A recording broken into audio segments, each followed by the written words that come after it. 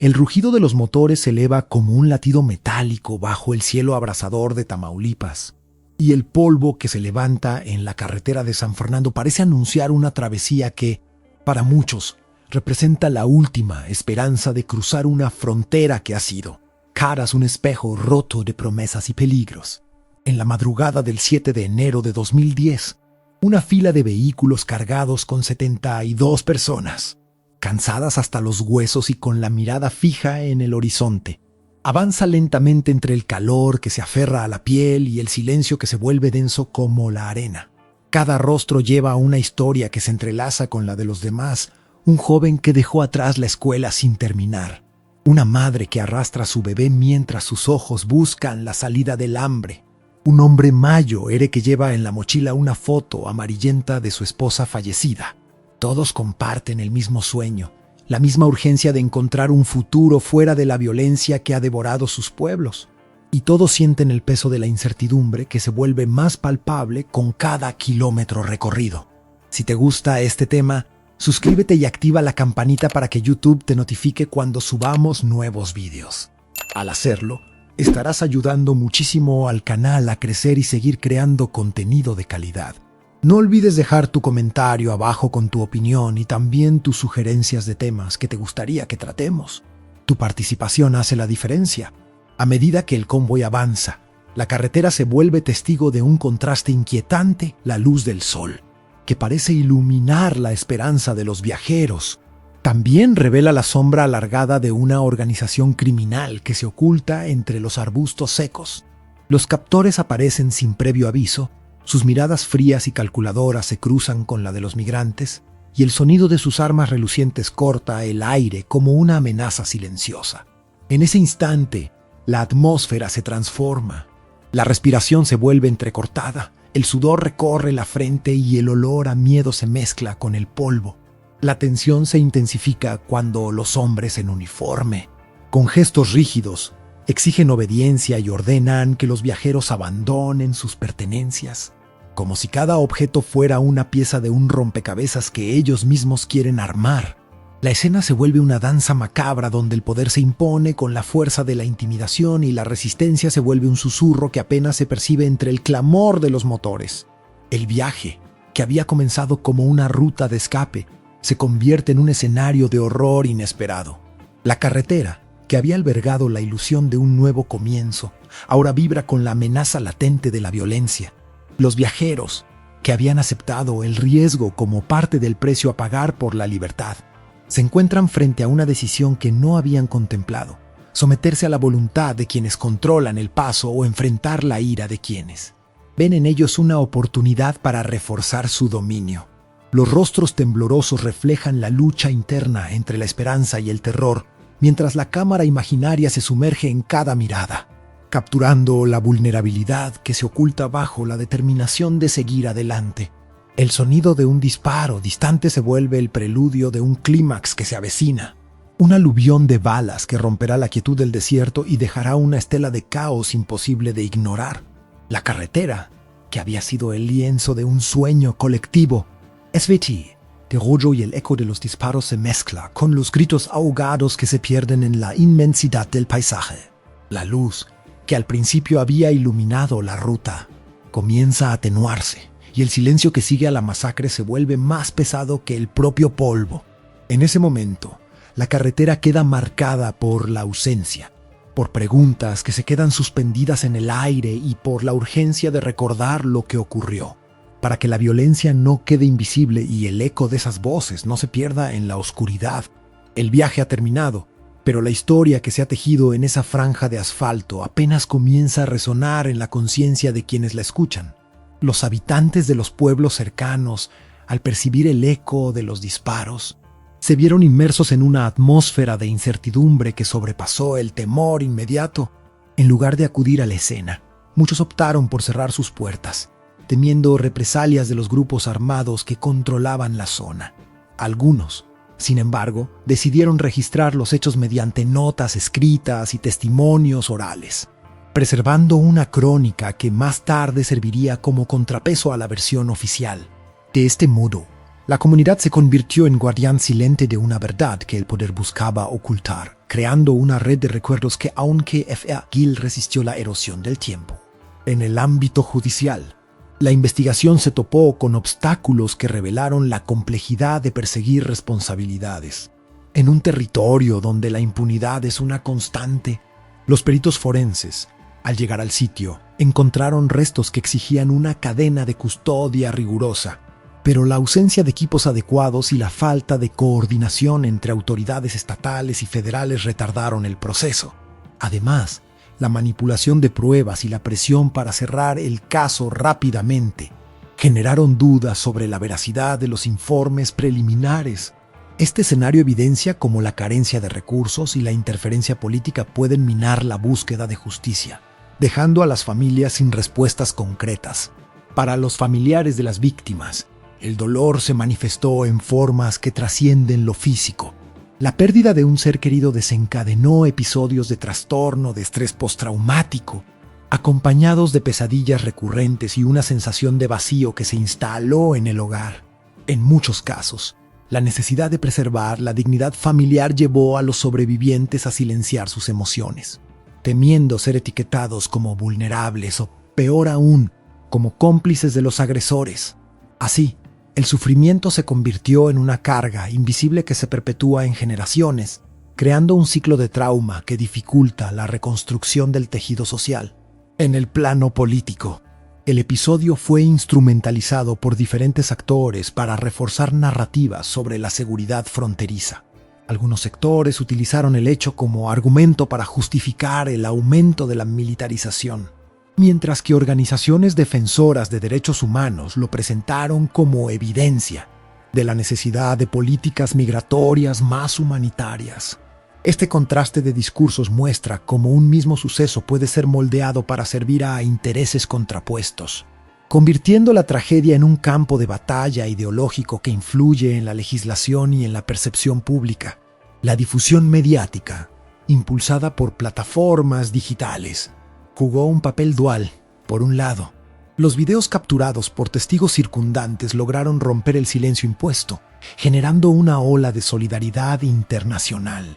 Por otro, la censura parcial y la desinformación deliberada intentaron minimizar la magnitud del hecho. La viralidad de las imágenes provocó que activistas de distintas latitudes organizaran campañas de presión, exigiendo investigaciones transparentes y la rendición de cuentas. Sin embargo, la sobrecarga informativa también dio pie a teorías conspirativas que diluyeron la claridad del mensaje original, demostrando que la rapidez de la comunicación no siempre garantiza la veracidad. Finalmente, la memoria colectiva se ha materializado en expresiones artísticas que buscan perpetuar la historia y evitar su olvido. Murales en las paredes de la ciudad retratan a los desaparecidos con colores vibrantes, mientras que cantos tradicionales narran la odisea de quienes arriesgaron todo por un futuro mejor. Estas manifestaciones, al combinar la estética con la denuncia, convierten el dolor en una herramienta de resistencia, recordando a las nuevas generaciones que la violencia no debe quedar en la sombra. Ahora, reflexiones sobre cómo estos símbolos pueden influir en su percepción de la realidad y motivar una postura activa frente a la injusticia. En los meses posteriores al hecho, la economía informal de los municipios limítrofes experimentó una reconfiguración inesperada. Los comerciantes que antes dependían de la circulación constante de viajeros se vieron obligados a diversificar sus actividades, pues la ruta que había servido como arteria vital quedó marcada por la violencia y el temor. Un vendedor de artesanías, por ejemplo, empezó a ofrecer productos a través de plataformas digitales, enviando paquetes a ciudades del interior para sortear la ausencia de clientes itinerantes. Asimismo, los propietarios de estaciones de servicio, que habían percibido un flujo constante de combustible y alimentos, tuvieron que renegociar contratos con proveedores externos, adaptándose a una demanda que se desplomó abruptamente. Este fenómeno ilustra cómo un episodio de terror puede desencadenar una cadena de ajustes microeconómicos que, aunque invisibles a primera vista, alteran el tejido productivo de la zona. Al mismo tiempo, las organizaciones criminales que operaban en la región reconfiguraron sus rutas de tráfico, desplazándose hacia corredores menos vigilados y empleando tecnologías de comunicación encriptada para evadir la detección. Un grupo de expertos en ciberseguridad detectó que, tras el incidente, los mensajes entre los COUTIS se transmitían mediante aplicaciones de mensajería que ocultan la ubicación, lo que obligó a las autoridades a actualizar sus métodos de intercepción. De este modo, la violencia no solo generó una ruptura física, sino que también impulsó una evolución táctica dentro del mundo del delito transfronterizo, creando nuevos desafíos para los cuerpos de seguridad. En el plano humanitario, diversas ONG internacionales establecieron centros de acogida temporales en localidades cercanas, proporcionando asistencia psicológica, atención médica básica y orientación legal a los familiares que habían quedado varados. Uno de esos centros, gestionado por una organización de derechos humanos, implementó un programa de capacitación en oficios manuales para mujeres que habían perdido a sus cónyuges, con el objetivo de fomentar la autonomía económica y reducir la vulnerabilidad a la explotación. Esta iniciativa demostró que, más allá de la denuncia, la intervención directa puede sembrar semillas de resiliencia en comunidades que enfrentan la pérdida y la incertidumbre. Paralelamente, la Iglesia Católica de la región activó una red de pastoral de apoyo, organizando visitas a los hogares de los desaparecidos y ofreciendo espacios de oración colectiva. Un sacerdote local relató cómo, al encender velas en la capilla del pueblo, los feligreses compartían testimonios que se transformaban en un archivo oral, preservando nombres y detalles que de otro modo se desvanecerían. Estas acciones, aunque enmarcadas en la fe, contribuyeron a crear un tejido de solidaridad que trascendía la mera asistencia material, reforzando la identidad colectiva ante la adversidad. En el ámbito internacional, la Comisión Interamericana de Derechos Humanos emitió una resolución que instó a los gobiernos de México y estados unidos a cooperar en una investigación conjunta, subrayando la necesidad de aplicar normas de derecho internacional humanitario a los crímenes cometidos contra migrantes. Como consecuencia, se abrió una mesa de diálogo entre representantes de ambas naciones, donde se discutió la creación de un mecanismo de monitoreo independiente que pudiera documentar violaciones en la frontera. Este paso marcó un precedente importante. La tragedia sirvió como catalizador para que actores estatales consideraran la adopción de protocolos transnacionales que, hasta entonces, habían sido meramente teóricos. Finalmente, la diáspora mexicana en el extranjero organizó una serie de protestas simbólicas en ciudades como Los Ángeles y Chicago, donde manifestantes portaban pancartas con los nombres de las víctimas y realizaban marchas que terminaban en vigilias, bajo luces blancas. Un activista describió la acción como un puente de recuerdos que atraviesa el océano, conectando a quienes están lejos con la realidad que se vive al otro lado de la frontera. Estas expresiones de solidaridad no solo mantuvieron viva la memoria del acontecimiento, sino que también presionaron a legisladores locales a impulsar proyectos de ley que reconozcan a los migrantes como sujetos de derechos plenos, independientemente de su estatus migratorio. En síntesis, el impacto del suceso se extendió mucho más allá del momento inmediato, desencadenando transformaciones económicas, adaptaciones del crimen organizado, respuestas humanitarias, iniciativas religiosas, diálogos internacionales y movilizaciones de la diáspora. Cada uno de estos componentes, aunque independiente, forma parte de una red compleja que sigue evolucionando. Ahora, reflexiones sobre cómo estas dinámicas interconectadas podrían influir en sus propias percepciones acerca de la seguridad, la justicia y la responsabilidad colectiva en contextos de migración forzada. El proceso de identificación de los cuerpos desaparecidos, que se inició meses después del hecho, reveló una complejidad forense que rara vez se contempla en la discusión pública. Equipos multidisciplinarios, integrados por antropólogos, odontólogos y genetistas, emplearon técnicas de reconstrucción facial a partir de fragmentos óseos, logrando reconstruir semblantes que permitieron a familias reconocer a sus seres queridos. En una ocasión, una madre que había perdido a su hija de 8 años describió la emoción de ver la imagen proyectada en la pantalla como un espejo roto que, al fin, devolvió la pieza que faltaba. Esa experiencia, lejos de ser un cierre, encendió un debate sobre la necesidad de crear una base de datos nacional de ADN que facilite futuras búsquedas, algo que hasta entonces había sido inexistente en la región. Ahora, imagina cómo cambiaría tu percepción de la justicia si contaras con una herramienta que pudiera confirmar la identidad de manera inmediata, sin depender de procesos judiciales prolongados. Al mismo tiempo, la aparición de un archivo digital colaborativo, alimentado por testimonios de testigos y fotografías satelitales, transformó la manera en que la sociedad civil preserva la memoria del episodio. Cada registro se etiquetó con metadatos precisos: hora, coordenadas, nombre del testigo y descripción del evento.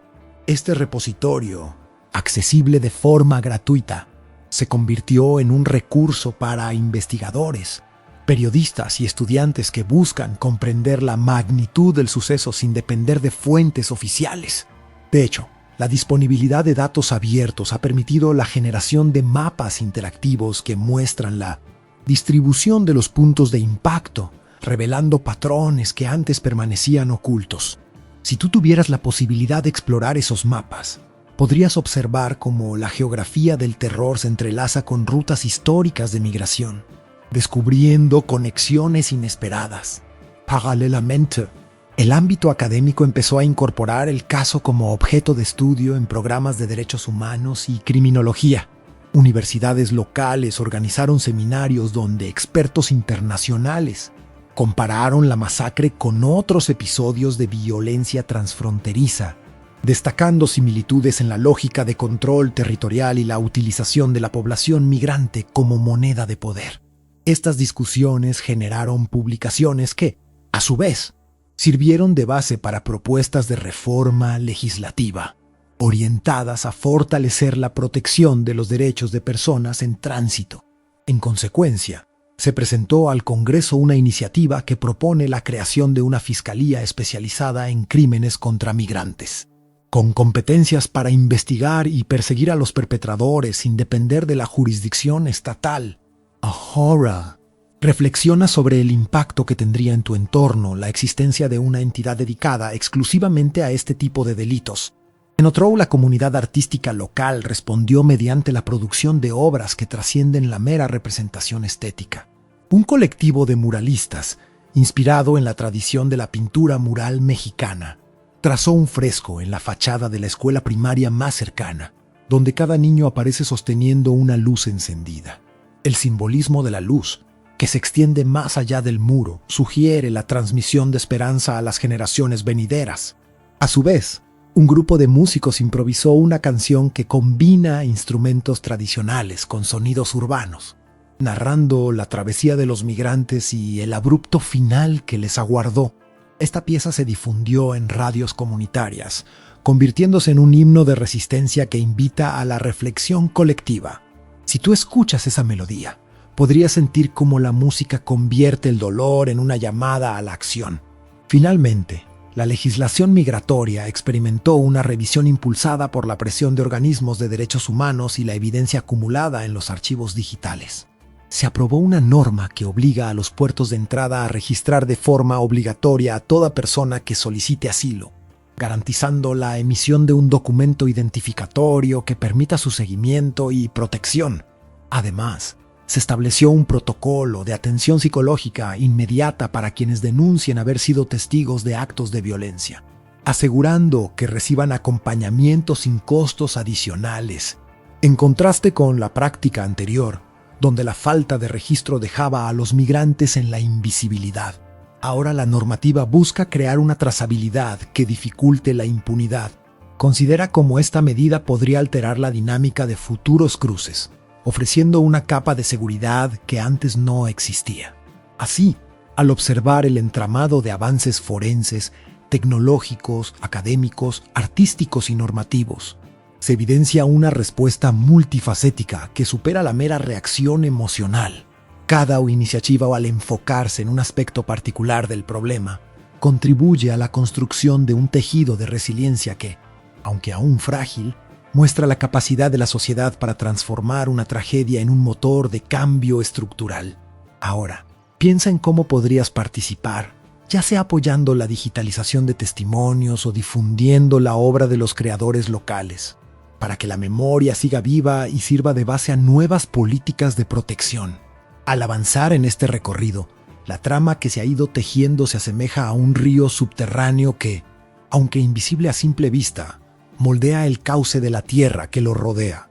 Cada corriente que hemos cruzado ha dejado su huella, no como fragmentos aislados, sino como corrientes entrelazadas que, sin que nos demos cuenta, convergen en un mismo vórtice de sentido. Esa fuerza latente que se manifiesta en la forma en que las voces se entrelazan, en la manera en que los silencios se hacen presentes y en la energía que impulsa a los distintos actores a responder. Crea una atmósfera de expectativa que se vuelve imposible de disolver, sin una última mirada que recoja lo que el conjunto ha generado. En el tejido de la historia, la sombra de la vulnerabilidad ha sido iluminada por destellos de solidaridad que brotan de los rincones más inesperados. No se trata únicamente de gestos aislados, sino de una corriente que, al fluir, transforma la percepción de lo imposible en una ruta alternativa, donde la esperanza se vuelve una brújula que orienta a quienes transitan por territorios marcados por la incertidumbre. Esa brújula, aunque a veces tambaleante, se mantiene firme gracias a la capacidad de la comunidad para reconfigurarse, para adoptar nuevas herramientas y para reinventar espacios que antes estaban cerrados al intercambio. La resonancia de esas transformaciones se siente en la manera en que los límites se diluyen, permitiendo que la memoria se expanda más allá de los muros que intentaron contenerla. Al mismo tiempo, la tensión entre poder y resistencia ha generado una especie de danza silenciosa, donde cada paso revela la fragilidad de los esquemas tradicionales y la necesidad de replantear los marcos de acción. La danza no se ejecuta sobre un escenario preparado, sino sobre la arena movediza de la realidad cotidiana, donde los actores deben aprender a leer los patrones que emergen de la interacción entre la violencia estructural y la búsqueda de dignidad. Esa interacción, lejos de ser estática, se despliega como una espiral que, al girar, recoge lo aprendido y lo proyecta hacia adelante, creando una dinámica que sugiere que el futuro no está predeterminado, sino que se construye a través de decisiones conscientes y de la voluntad de no dejarse arrastrar por la corriente dominante. Mientras el relato se despliega, también se percibe una corriente subyacente de responsabilidad colectiva que, aunque a menudo se oculta bajo capas de burocracia y silencio, se vuelve cada vez más palpable. Esa responsabilidad no se limita a los individuos, sino que se extiende a los sistemas que configuran la vida en los márgenes, a los procesos que definen que se recuerda y que se olvida, y a las estructuras que pueden convertirse en instrumentos de reparación o de perpetuación del daño. La conciencia de esa red de interdependencias abre una ventana hacia la posibilidad de que, al reconocer la interconexión de los hechos, se pueda trazar una ruta que permita superar los obstáculos que antes parecían insalvables. En este punto del camino, la atmósfera se carga de una energía que invita a la reflexión profunda, sin que se pretenda cerrar el discurso con una respuesta definitiva. La sensación es similar a la de estar al borde de un acantilado, donde el horizonte se extiende y el viento sopla con fuerza, recordándonos que el salto no se trata de un final, sino de una transición hacia una nueva dimensión de comprensión. Al contemplar ese horizonte, se percibe la urgencia de mantener la mirada abierta, de seguir escuchando los ecos que emergen de los rincones más oscuros y de permitir que la luz que ha surgido de la adversidad continúe expandiéndose. Así, el camino se vuelve una invitación a seguir adelante, a dejar que la acumulación de experiencias y aprendizajes guíe el paso siguiente, sin apresurarse a cerrar la puerta, sino preparando el terreno para la última reflexión que, como una llama que se aviva, iluminará la senda que aún queda por recorrer. El cruce de la carretera de San Fernando se quedó grabado no solo en la arena del desierto, sino en la conciencia de quienes, aunque lejos, sienten la vibración de aquel eco de pólvora y lamento. Lo que comenzó como la búsqueda de un futuro mejor se transformó en un espejo roto que refleja la fragilidad de los sueños cuando el poder se disfraza de salvación. En esa ruptura emergió una energía colectiva que, sin querer, Tejió una red de resistencia, testimonios que se convirtieron en palabras, palabras que se volvieron datos, datos que alimentaron mapas y proyectos. Y esos mismos mapas ahora señalan rutas de esperanza donde antes solo había temor. Cada fragmento, cada rostro, cada nota escrita constituye una pieza que, al juntarse, rehace la figura de una humanidad que se rehúsa a desaparecer bajo la sombra del olvido. El dolor que quedó tras el aluvión de balas no se quedó en la sangre derramada. Se metamorfoseó en un llamado a la acción que atraviesa fronteras, generaciones y disciplinas. Los científicos que reconstruyeron rostros a partir de huesos. Los artistas que pintaron luces sobre muros. Los legisladores que diseñaron nuevas normas y los vecinos que cerraron sus puertas pero guardaron la memoria. Todos actuaron como corrientes convergentes de un mismo río. Ese río no fluye en línea recta, se curva, se bifurca y, sin embargo, mantiene una dirección clara, impedir que la violencia sea un capítulo aislado y convertirla en la base para construir estructuras de protección, dignidad y justicia. La fuerza de esa corriente reside en la convicción de que cada gesto, por pequeño que parezca, tiene el poder de desviar el cauce de la impunidad. Al observar el panorama completo, se percibe que la verdadera lección no está en la crónica de los hechos, sino en la forma en que la comunidad, desde los pueblos cercanos hasta la diáspora que vibra en ciudades lejanas, ha aprendido a hablar el mismo idioma del recuerdo y la responsabilidad. No se trata de una narrativa de victimización perpetua, sino de una invitación a reconocer que la memoria es una herramienta activa, capaz de transformar la pasividad en decisión. Cuando los nombres de los desaparecidos se convierten en cantos, cuando los datos forenses se vuelven accesibles para cualquier ciudadano, cuando la legislación se adapta para registrar y proteger a quienes cruzan, se está construyendo un tejido que no se rompe con el siguiente disparo. Esta transformación exige que cada uno de nosotros asuma su parte del proceso, no como una carga, sino como una oportunidad de participar en la reconstrucción de un futuro donde la frontera no sea sinónimo de muerte, sino de tránsito seguro y humano. La práctica auténtica comienza cuando dejamos de observar desde la distancia y nos convertimos en portadores de la luz que los murales intentan proyectar. Es en ese gesto cotidiano compartir una historia, apoyar a una organización, exigir transparencia a las autoridades donde se gesta la verdadera resistencia contra la invisibilidad. La fuerza que se necesita no proviene de la violencia, sino de la constancia de la palabra y del compromiso de no dejar que el silencio sea cómplice. Así, al cerrar este recorrido, la carretera de San Fernando sigue allí, silenciosa pero cargada de significado. Cada kilómetro recorrido por los migrantes que partieron con la esperanza de un nuevo amanecer lleva consigo la responsabilidad de quienes permanecen, de los que escuchan y de los que actúan. La última luz que se apaga no es un final, sino el punto de partida de una llama que cada uno puede avivar. Que el recuerdo de lo ocurrido sirva como brújula moral, que la evidencia acumulada sea la base de leyes justas y que la creatividad de la comunidad siga pintando caminos de esperanza. En última instancia, la verdadera práctica consiste en vivir con la certeza de que, mientras haya voces dispuestas a alzar el grito, la sombra de la violencia no podrá cubrir para siempre la verdad.